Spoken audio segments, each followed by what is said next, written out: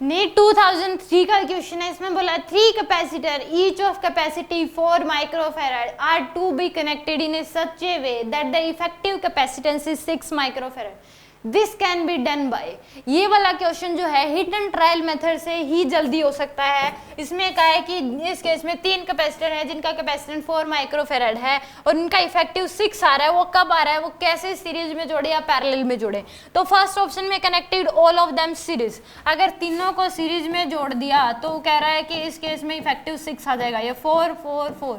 तो 1/c effective की value क्या हो जाएगी, 1/4 प्लस 1/4 प्लस 1/4 यानी कि 3/4 यानी कि 4/3 आ जाएगा। तो फर्स्ट ऑप्शन तो क्या हो गया, इसमें गलत हो गया। सेकंड में बोला है कनेक्टेड दैम पैरेलल, पैरेलल में कनेक्ट करोगे तो सीधा इस केस में इफेक्टिव क्या आ गया, 4 + 4 + 4 यानी कि 12 आएगा। तो सेकंड ऑप्शन भी क्या है इस केस में गलत है। थर्ड का है 2 in series and 1 in parallel, 2 को तो इसमें क्या जोड़ दिया, सीरीज में जोड़ दिया और एक को इसके साथ क्या जोड़ दिया, पैरेलल में। तो इस केस में 4 इन दोनों का जो इफेक्टिव आएगा वो क्या आ जाएगा, 2 आ जाएगा आपके पास।